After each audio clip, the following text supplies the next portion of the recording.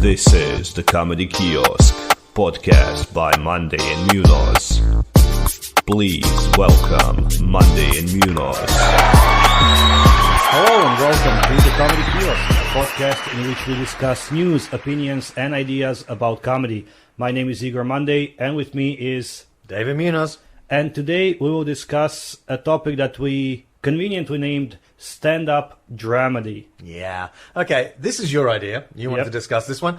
Where did it come from? Why the hell are we discussing this? It came from two things. It came from me a few months ago watching a YouTube video that questioned why has recent stand-up comedy turned more to like personal sad stories, and how are comedians being more real and more vulnerable on stage and disclosing some kind of struggles with family life, mental health, finances even, and stuff like this, rather than just like being the funny, witty ones. Yeah. And more recently, after watching Bo Burnham's special, Inside, where he shows how his mental health slowly deteriorates, thank you, during the lockdown, during the pandemic.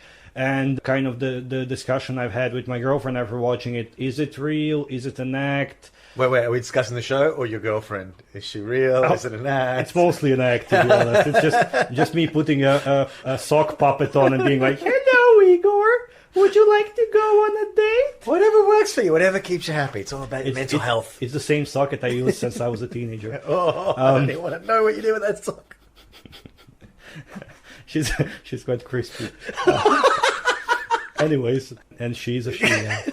Well, okay, whatever. It all started, so I had this sock I used to wear, and then there was a tiny hole appeared on the back of my heel, and I was a little bit too tempting, huh? Yeah, I was like, that could be for my toe, or win-win. Yeah. So, okay, let's move on from the sock. So you're watching Bo Burnham's thing on.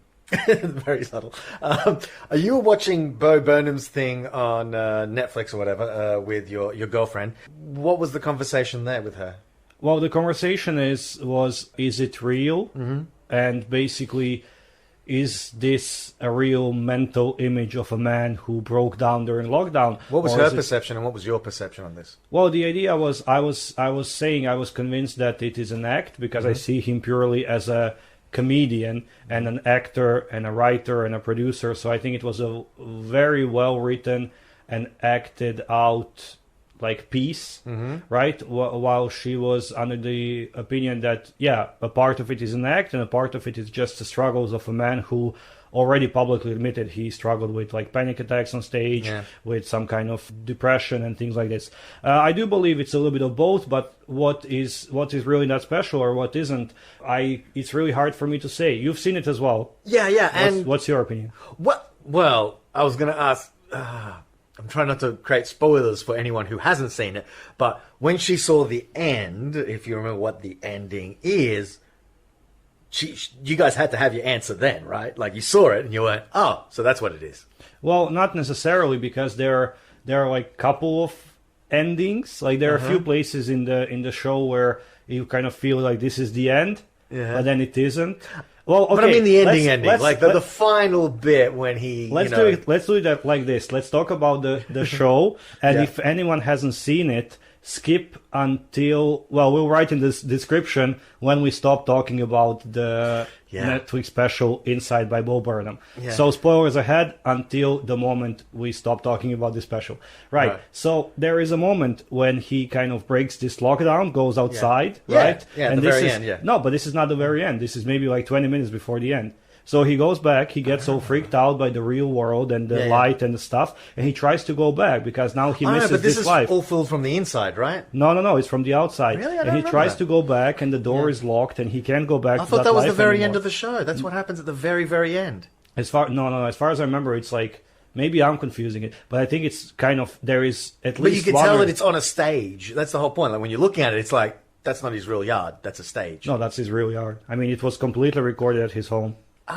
It's definitely his yard because well, before he released it, I read But like there's cameras outside and everything. I mean, obviously it's fake. I mean, there is no way that was filmed on, like the when he starts, yes, it's basically him, and I love the little trick that he does with, well, not even a trick, but he's got the headlight and he's got the globe, and it's brilliant. It's absolutely brilliant. It just shows that with the minimal amount of gadgets and stuff, you can do so much if you got the creative mind for it. And you just, at that point, I just wanted to applaud it. Actually, I did. I did start applauding him from the couch in the living room while watching it. And my wife looked at me kind of oddly. But at the same time, recognized why I was applauding, because I'm like, that is genius. So simple, so easy.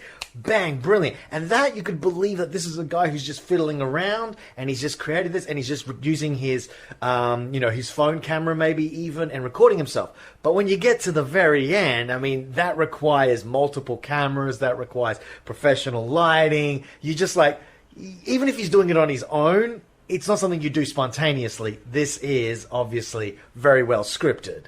Well, yeah, that's the point. Like, I would say, obvious idea is that 90% of that show is scripted and performed, but there were some moments like where he's kind of directly, he picks up the camera, he kind of in the middle of the night like cries into the camera and stuff like this, which were supposed to be kind of parts where you would think and wonder, was it real? Did he really lost his mind at some points during those? Cause I think it was shot during like 9 months or something. I mean, he went from like clean shaven and short hair to like full Jesus, during that time. So and it works for him, by the way, Bo. If you happen to be listening, it's a good look. I'm sure he's listening.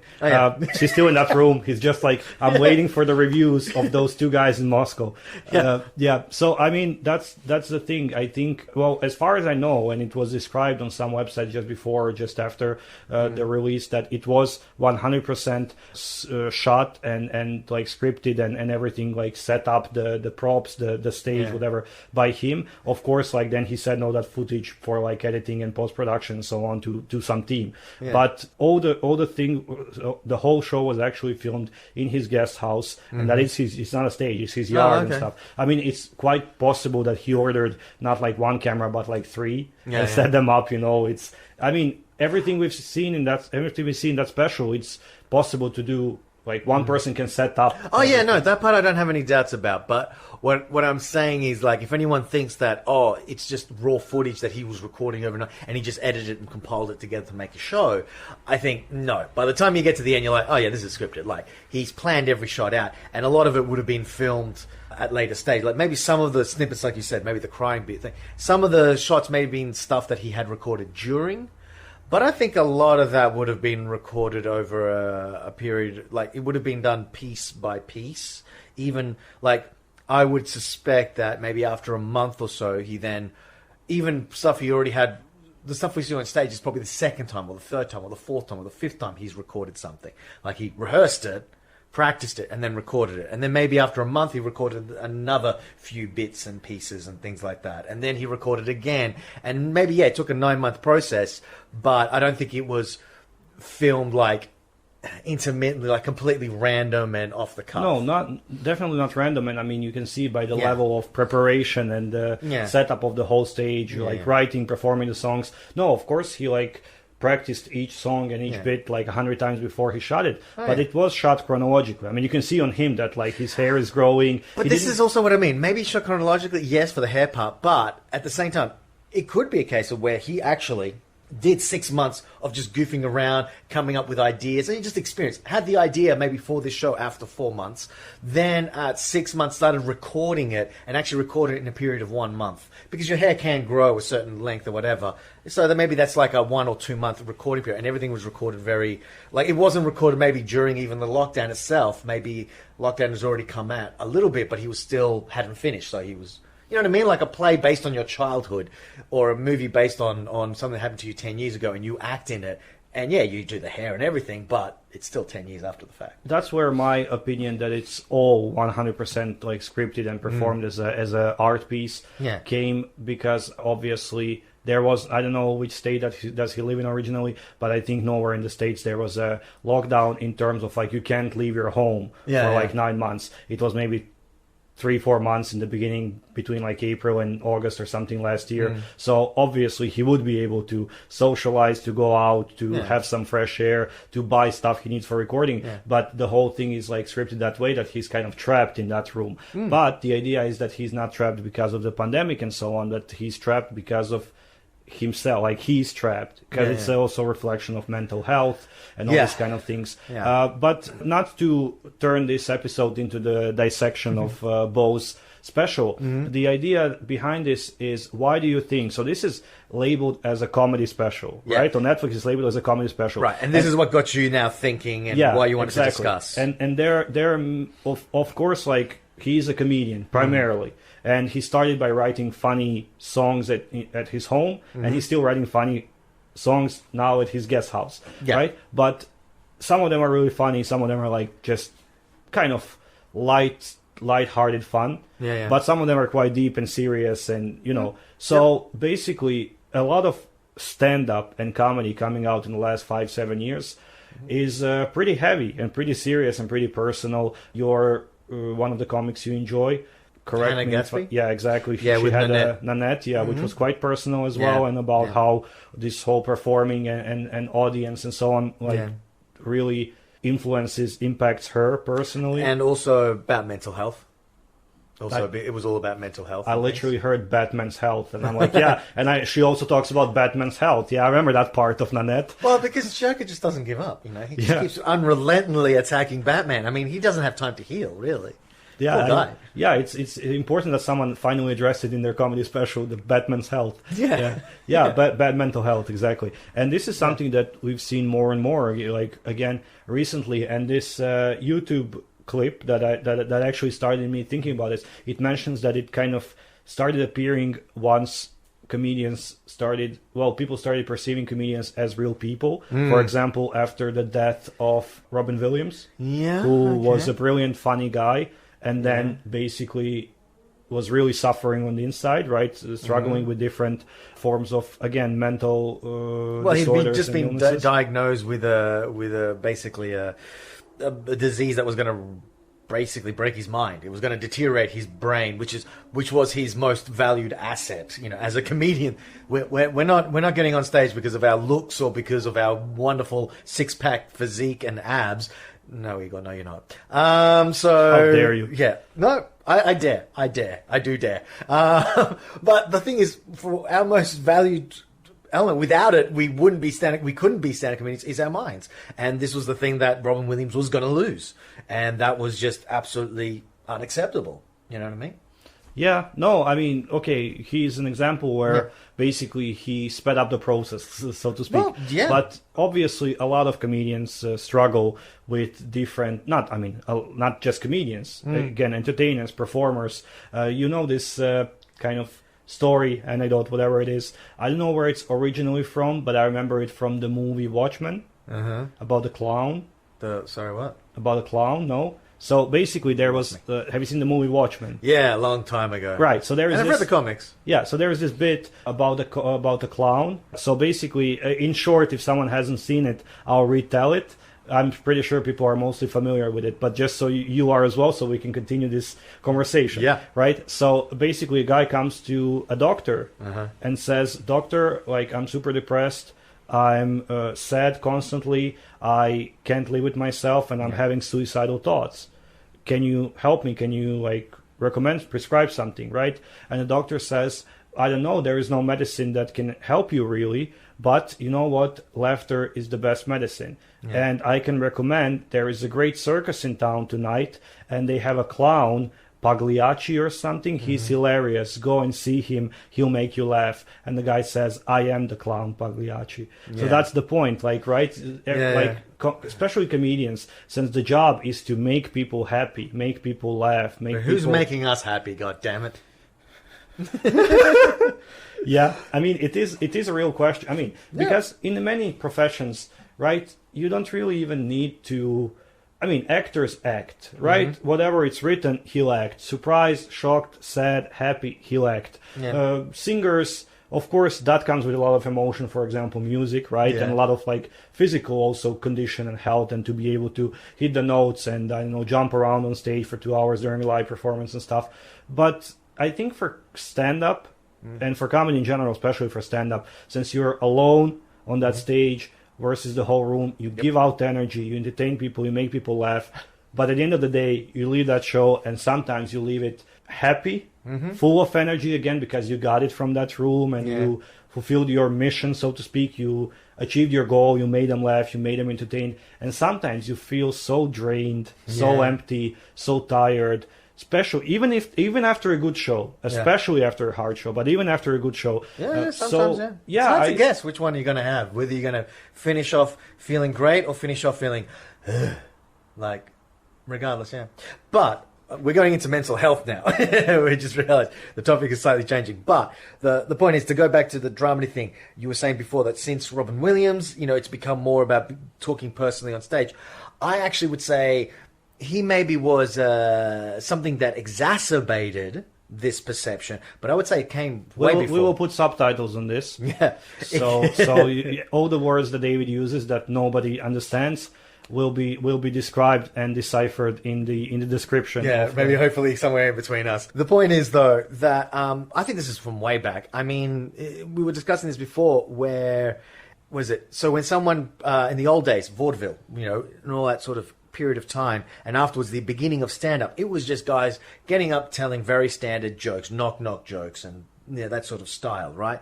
And it wasn't really about a personal life. It wasn't a reflection of you. And it wasn't until later, and I would say probably Richard Pryor really came along with this idea of, I'm going to talk about my personal life, what it's like to be a black man in America, the trials and tribulations, and the fact that I grew up in a brothel. Literally, my mother was a prostitute, all that sort of stuff. So, and we were like fascinated. That's why he became one of the greats all of a sudden, because it was like, wow, it's a confessional style of comedy. And since then, it's become very popular. I mean, we want to know the comedian in a way and, feel like there's a buddy relationship. Because the whole point is, a lot of times with this whole performing on stage, it's about authenticity, as I say in quotation marks, where being your authentic self. And part of that is taking who you are as a real person and doing like a stage version of it. I mean, Christopher Titus, another comedian that I really like, his stuff is pretty much all confessional. It's all of life stories, sort of thing that he's making, and his personal experiences. Even observational is from your perspective. So, but yeah, it's been an influence. I think the Robin Williams one, I don't know if I agree that's actually... I don't think it started it. Might have exacerbated it a bit. But I think even before Robin Williams, I can't remember if Nanette happened before or after, to be honest. No, definitely after. I think maybe it's 2018, 18, let's say. Yeah. I think Robin Williams died in 2015. 14 maybe or something? 14, I think it was 14. Some years before that. But no, it was in my first year. I think it might have been my first or second year in Russia. So that was 2013 or 2014. Oh, it was my first year of school. Yeah, comedians talking about their personal life is not exactly, I think, the same as comedians confessing some kind of issues and problems and struggles that they have. Because personal life, I mean, there are so many types of comedy and stand-up in particular, right? Where you have a person like Dimitri Martin. Have you seen maybe his special If? No.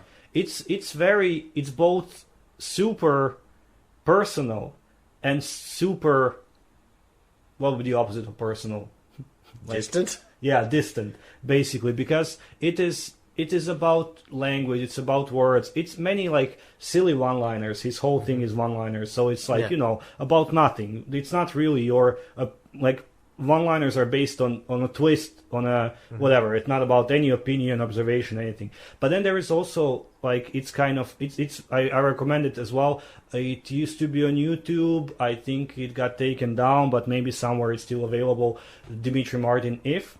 It's also very philosophical, very personal, and kind of you get a very strong insight into his mind on how like he's such a perfectionist and such a person that pushes and challenges himself, and what he did kind of constantly during his life to push himself further and things like this. But in general, if you look at his Netflix shows, it's just 1 hour of one-liners. There is nothing personal. You don't get any idea who Dimitri Martin as a person is, or Jimmy Carr or whatever. But there are comics who just talk about Louis C.K. talks about his wife and kids. Bill Burr talks about masturbation a lot too. He doesn't talk about that. He just does it. He just shows you. No, apparently he did talk about it, and now people are like, so that's why he talked about it quite a bit. Why would he? Foreshadowing. It's called foreshadowing. It's like, why would I tell you if I can show you? That's the whole, that was, I'm pretty sure that was the pickup line. Yeah. But, anyways. Yeah, so I think since some kind of 70s, 80s, as you mentioned, Yeah. comics started talking about their personal lives and their struggles, in particular their struggles and yeah, stuff. but also struggles. I think when we talk about struggles, kind of struggles that Eddie Murphy or Chris Rock talked about as well. You know, like as an African American, these kind of things. Dave Chappelle a lot. These kind of things. Again, I think it's like personal experiences and just stories of what happened to them. But Yeah. I think recently, in the last 5-7 years, we had this, and this is I think the difference. It's not just this is what happened to me. It's also this is how I felt when this happened to me, and this is who I am when I'm not here on stage entertaining you. Yeah. Like a lot of people talk about. I can't remember now exactly who this is, but it's and I cannot remember exactly who this is. I'll explain why. But it's a well-known comic. So maybe in 2016 or something, this comic released a special. And I remember there was a showing of the special in one of the bars where we used to do shows. So there was a showing of the special, and then after that there was our English open mic. So I came there a bit late to the last like kind of 20 minutes of the show. And basically I walked in, and like he did a joke, audience laughed, and then he said, "This is a joke I always wanted to do in front of my father. Sadly, I never had a chance because he died just before I released the special." And then he goes into a 15-20 minute bit about how he never really connected to his father. He knew that his father is terminally ill. He couldn't make time in his like touring performing schedule to go and visit his father. And at the end, he died before saying goodbye.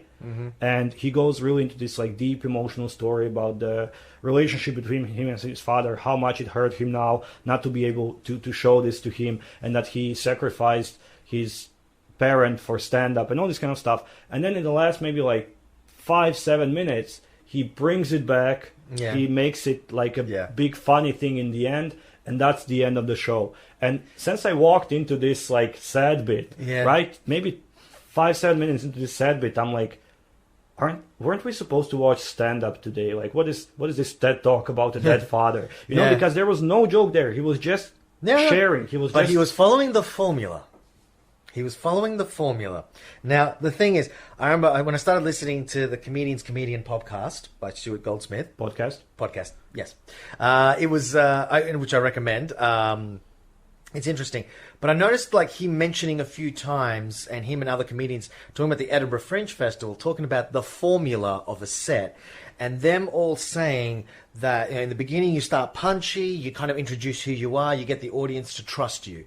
Then you go into some stories and things like that. That kind of further embellishes upon this, some funny stuff, you get them to laugh. Then at the 40-minute mark, and literally they were like the 40-minute mark, or maybe a little bit before, like around the 40-minute mark, you do the sad story. This is part of the whole thing. You then have built up this trust to the point where they allow you to tell a sad story. The problem is that you came in without that trust. You walked in and were just like, fuck off, I didn't pay for this shit. I paid for you to make me laugh. The thing is, he'd already made everyone else laugh, that they were now going, okay, you can now make us cry a little bit. We're going to be okay with this. We trust you because we know that you're good. You're going to bring us back with a laugh.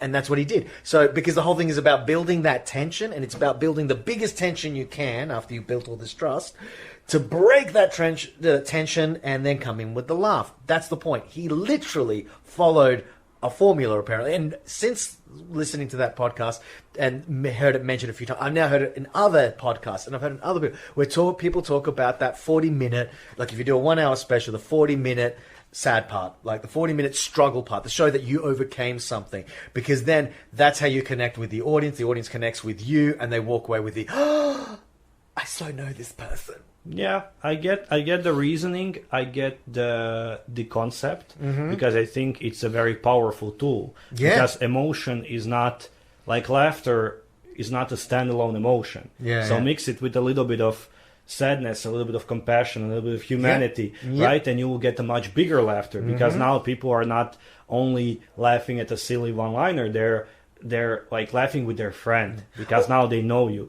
You know what I mean? Like when you watch a movie, when you watch a funny movie alone, like the funniest movie in the world, you watch it alone, you do a little bit of when you watch it in a group of friends, you laugh out loud. Because now you share that laughter with your friends, and I think it's kind of it's contagious, and it multiplies, it builds on each other. Yeah, but this is kind of the pack watching. So when you have a group of people. But I'm saying also you are more relaxed, you're more comfortable, you're more ready to show off your funny laugh, you're like bursting out laughing when you're with friends and when you kind of all. So I think that's one of the reasons why this format exists, is to get people on, kind of to get to know you as a person. Yeah. So I'm not just a joke machine. I'm a person. So if you see me as a person, you'll appreciate how funny I am and what I have to say even more, and you laugh even more. Yeah, and the thing is, there's actually another element. Like, even outside of comedy, it's about building that personal connection, because that's how you build a fan. That's how you build somebody who is going to then follow your career afterwards.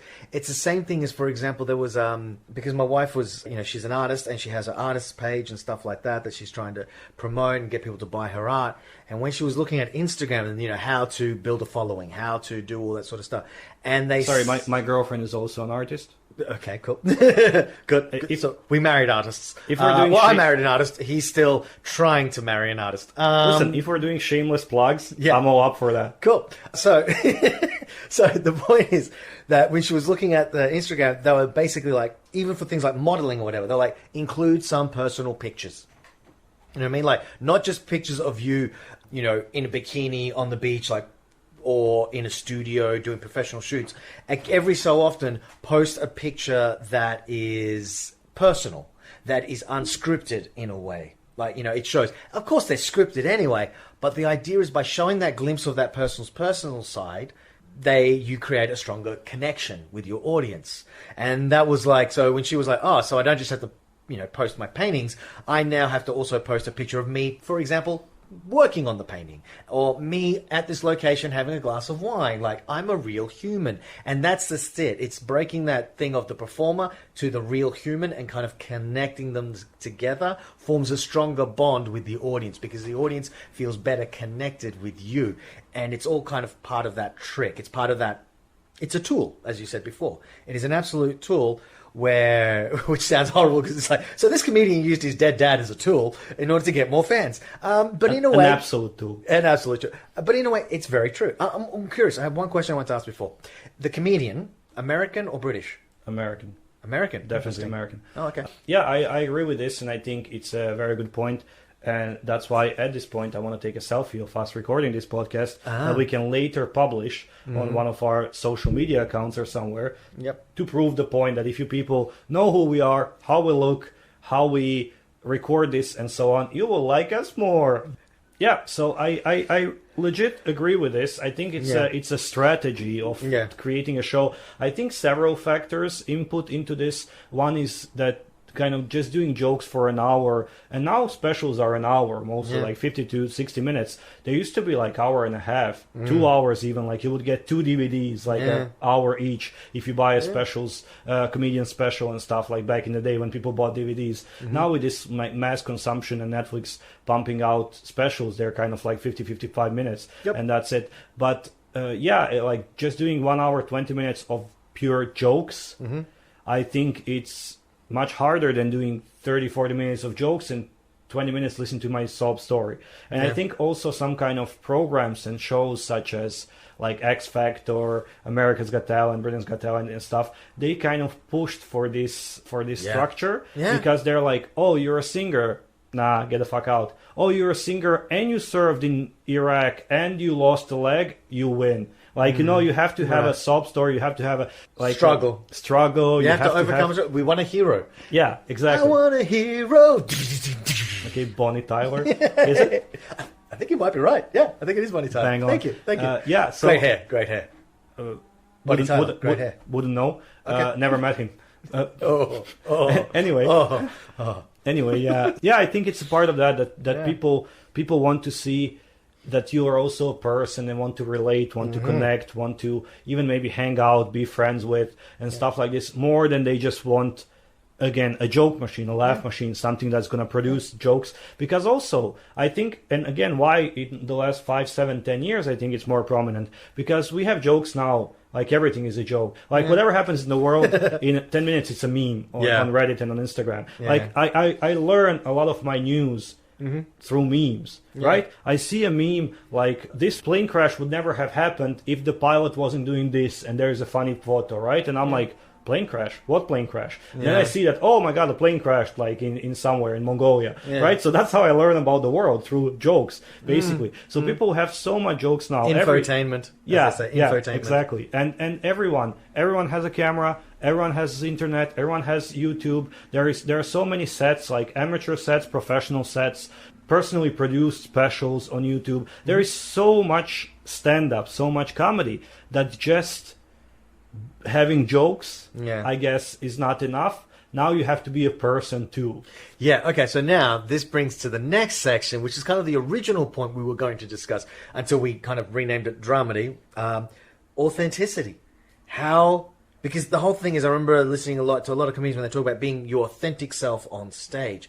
But now we were just discussing that there is literally a formula. There is literally a strategy on how to get your fans. It's all planned.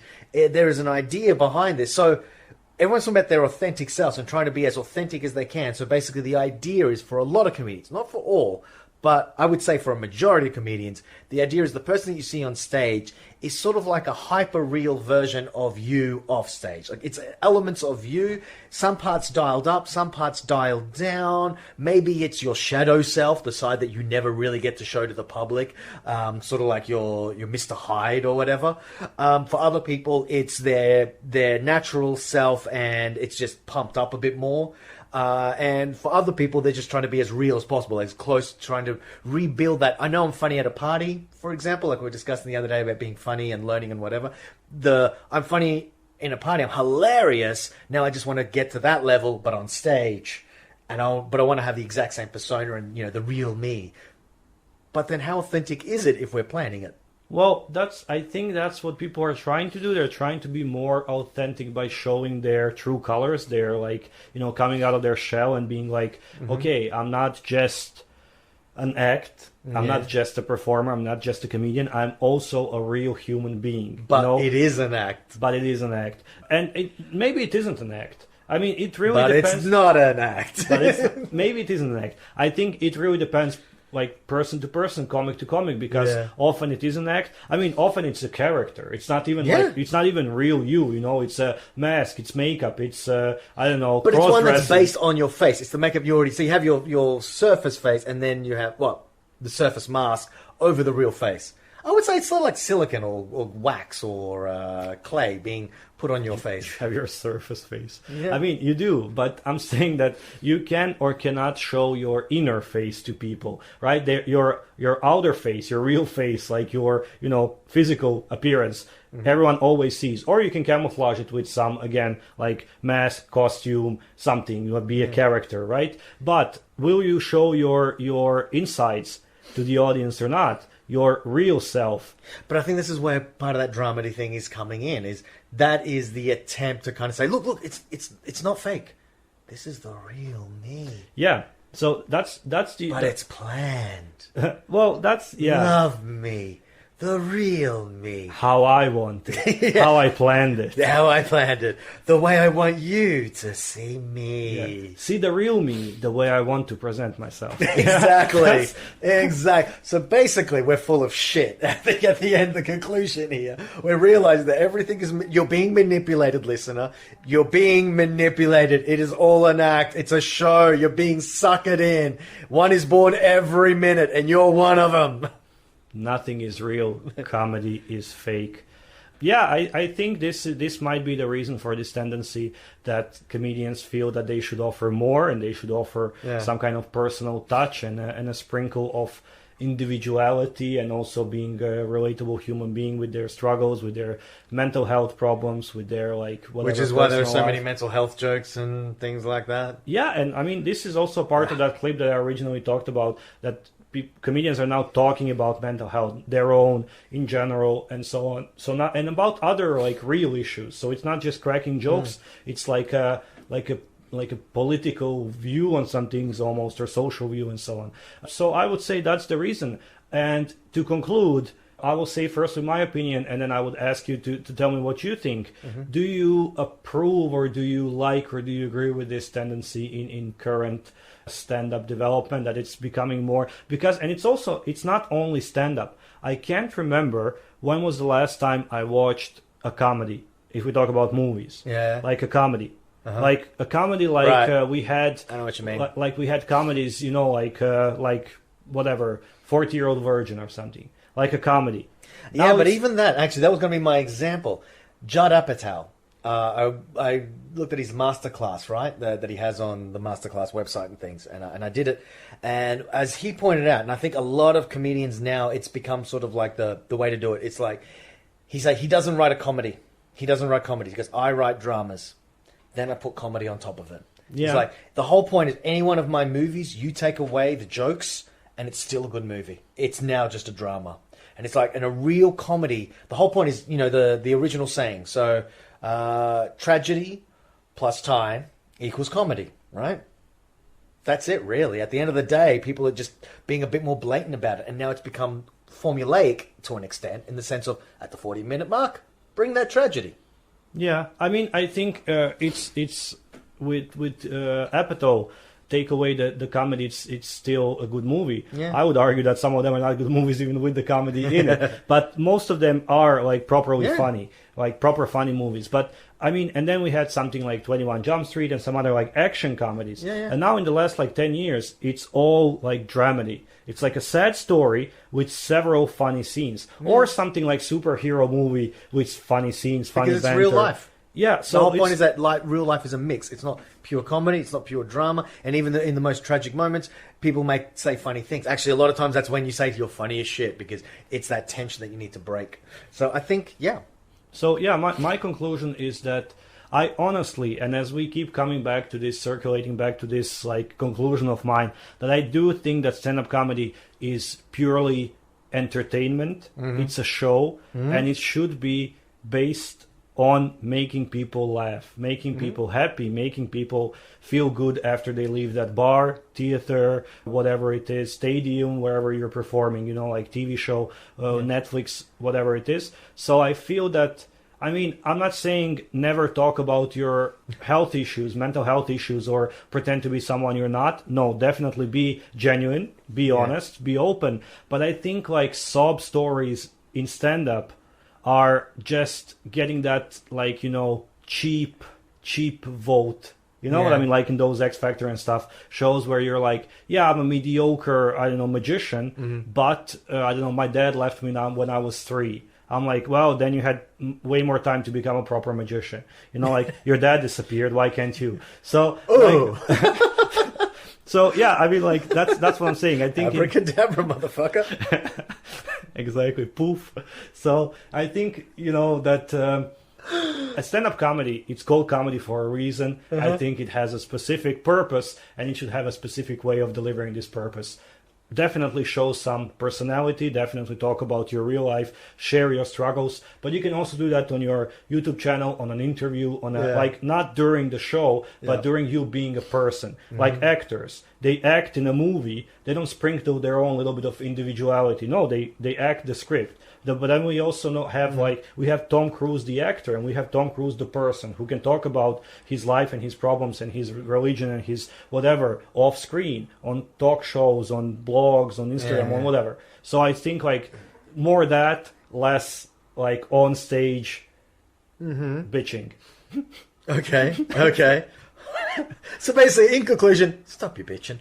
That's what you're saying. That's what I'm saying. All right. Crack some jokes, motherfuckers. All right. So my conclusion then is going to simply be, I agree with you and I disagree with you. So I think it is okay to bring your personal life. I think, it creates that greater bond. You just got to be good at it. You don't, I think if your sole purpose is to, I'm doing this to, like we were joking before, manipulate the audience, really get into light because, this is the way it's done, don't do it then. Only do it if it is authentic for you. Like, you have a reason to tell this story. You have a point or a message to get across.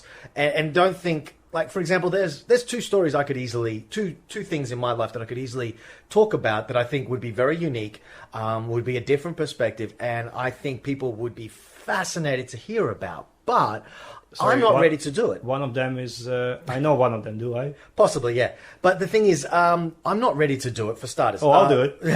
Can I do it? No, but I'm saving it up, maybe. But the point is that one, as I say, tragedy in time. So it's like, For one of them, I would say, yeah, there's been enough time. I'm fine. I could crack jokes about it. The other one, probably still not. The first one, I would say I could do it, and I think it actually would be a good thing, and I could set up as a role model thing. So I have it where part of me has thought maybe I should start like doing it, but then I'm like, okay, but if I'm gonna do it, it has got to be damn good, and there's got to be a point to it. Like otherwise, no. So my thing is, if you're going to do that, otherwise you end up with basically pay limitations, and it's just, like you said, it comes out shitty, and you just won't feel like telling the person to stop their bitching.